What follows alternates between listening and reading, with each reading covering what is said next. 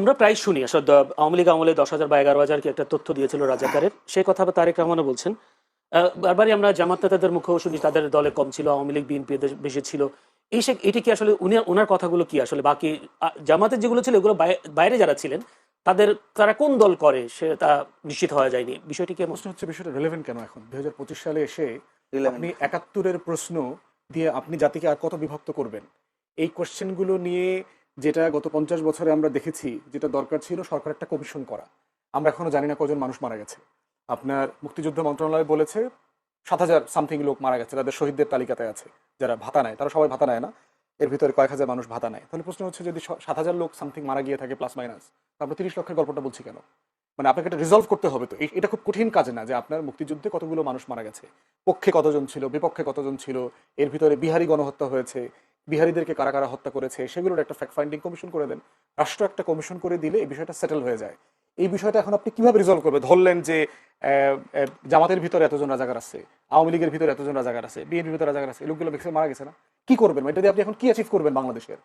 আপনার এখন গুরুত্বপূর্ণ হচ্ছে আজকে আপনার স্বাধীনতা থ্রেটের মধ্যে আছে, হুমকির মধ্যে আছে। আজকে আপনার সার্বভৌমত্ব হুমকির মধ্যে আছে। আর আমরা সবাই মিলে যদি এখন আলাপ করি 71 সালে কে পক্ষে ছিল আর বিপক্ষে ছিল, তখন কি হবে? এই আলাপটা তো আওয়ামী লীগ করেছে গত 16 বছর ধরে। বিচার করবার দায়িত্ব কার ছিল? শেখ মুজিবের উপরে ছিল।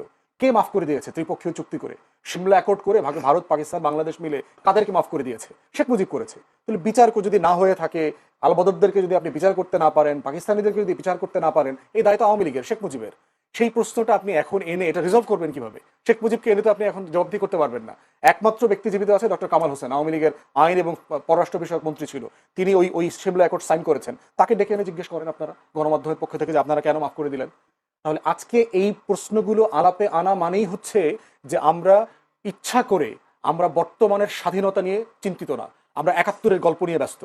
71 মনে হয় আমাকে 2025 সালে স্বাধীন রাখবে। পৃথিবীর ইতিহাস এভাবে চলে না।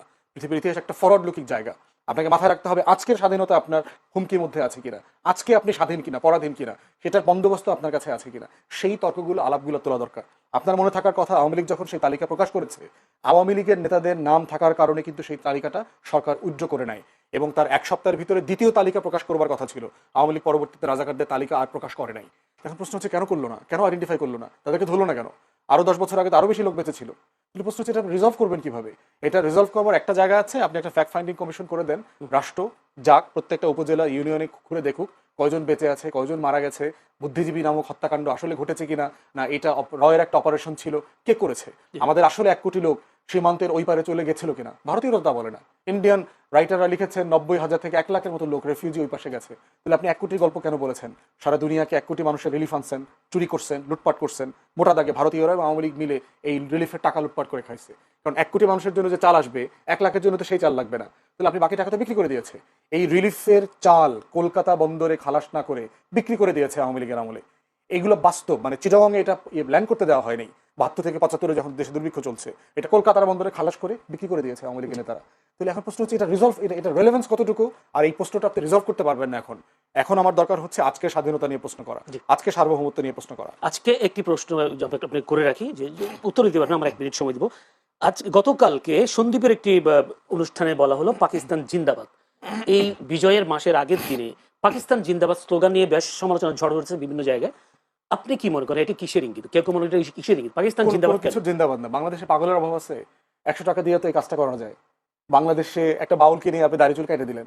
মাঝখানে একটা ঘটনা ঘটলো না, ময়মনসিংহ না কিশোরগঞ্জে কোথায় একটা বাউলের দাড়ি চুল কেটে দিছে। অ্যাজ ইফ বাংলাদেশের সব বাউলের দাড়ি চুল কাটার জন্য এদেশের সব লোক ব্যস্ত হয়ে গেছে, এদেশে আর কোনো কাজ নাই, শুধুমাত্র বাউলদের দাড়ি চুল কাটো। কিন্তু প্রশ্ন হচ্ছে বাউলরা যখন ইসলাম ধর্মকে কটাক্ষ করলো, স্টেজে বসে কোরআনকে কটাক্ষ করলো, তখন কিন্তু সুশীলদের আর কোনো আলাপ নাই। সন্দীপে কে কোথায় পাকিস্তান জিন্দাবাদ, আপনারা ইনভেস্টিগেট করেন, লোকটা কে, ব্যাকগ্রাউন্ড কি, পরিকল্পিতভাবে করলো কিনা বিতর্কটা ইনস্টিগেট করবার জন্য। বাংলাদেশে কোন পন্থী লোক, ইসলামপন্থী লোকরাও তো পাকিস্তান জিন্দাবাদ নামে কোনো স্লোগান দেয় না। তাহলে এইটা কারা করছে এবং কেন এই তর্কটা গুরুত্বপূর্ণ আকারে হাজির হচ্ছে, তাও বিজয়ের মাসে? মনে হচ্ছে যে 1 ডিসেম্বরের আগেই তর্কটা তুলতে হবে, অথবা এটা একটা অর্কেস্ট্রেটেড ইভেন্ট বলে আমার কাছে মনে হয়েছে। এবং আপনি দেখবেন এই যে একজন পাগল লোককে আপনার পুরা মাইরে ফেলছে এই মানিকগঞ্জ না মুন্সিগঞ্জের দিকে, মূল ঘটনা বাদ দিয়ে মূল ঘটনাটা যেটা প্রকাশ করা হয়েছে আসল বাস্তবতা তো সেটা না। এই প্রত্যেকটা ঘটনার পিছনে মনে হচ্ছে পরিকল্পিতভাবে তর্ক উস্কে দেওয়া হচ্ছে এবং তর্কগুলো গণমাধ্যম এমনভাবে কাভার করছে মনে হচ্ছে এটাই মূলধারার তর্ক। বাংলাদেশের সব মানুষ পাকিস্তান জিন্দাবাদ স্লোগান দেওয়া শুরু করেছে, আসলে বাস্তবতা তো সেটা না, কিছুই হয়নি। বেচার ফোর্থ অনেকগুলো তথ্য দিলেন, অনেকগুলো কথা বললেন। এর বিষয়ে এই বিষয়টাই কোনো কথা বলার আছে কিনা, যদি না থাকে আপনি আছে। জি আচ্ছা যদি বলেন।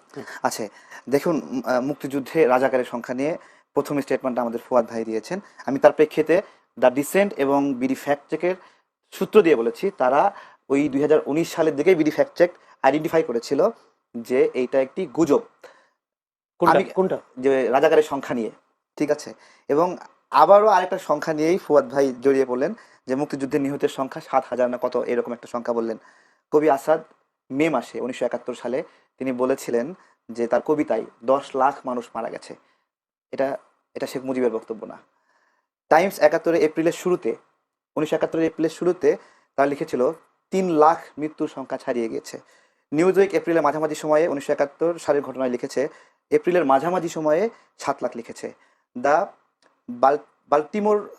বাল্টিমোর সান 14 মে 1971 লিখেছে 5 লাখ নিহতের সংখ্যা। দ্য মোমেন্টো কারাকাস জুনের 13 তারিখে লিখেছে 5 থেকে 10 লাখ নিহত। কারা ইন্টারন্যাশনাল 28 জুলাই লিখেছে 5 লাখ। ওয়াল স্ট্রিট জার্নাল লিখেছে 23 জুলাইয়ে সংখ্যা 2 থেকে 10 লাখ। টাইমস সেপ্টেম্বরে গিয়ে বলেছে 10 লক্ষাধিক। দ্য হ্যাম্পটেড অ্যান্ড হাইটেক তারা লিখেছে যে 1971 1 অক্টোবরে 20 লক্ষ শহীদের সংখ্যা। ন্যাশনাল জিওগ্রাফি 1972 সালে সেপ্টেম্বরে লিখেছে শহীদের সংখ্যা 30। এবং 1971 সালের কোনটা নেব কোনটা নেব 1971 সালের, হ্যাঁ, এগুলো কি বলছি ঘটনাগুলো উনি দেখেন। একটা কথা বলেছেন, না, আমি প্রশ্নটা করি, আমি আপনার সহযোগী। আমি বলছি, দেখেন মানে বঙ্গবন্ধু শেখ মুজিবুর কোনটা নিব, রহমান, হ্যাঁ জি। কোনটা নিব। দেখেন এখানে ঘটনা তথ্যগুলো আছে এপ্রিল, মে, সেপ্টেম্বর, অক্টোবর, দিন যাচ্ছে সংখ্যা 2 লাখ থেকে 5 লাখ, 5 লাখ থেকে 7 লাখ, 7 লাখ থেকে 10 লাখ, এইভাবে ডিসেম্বরের আগেই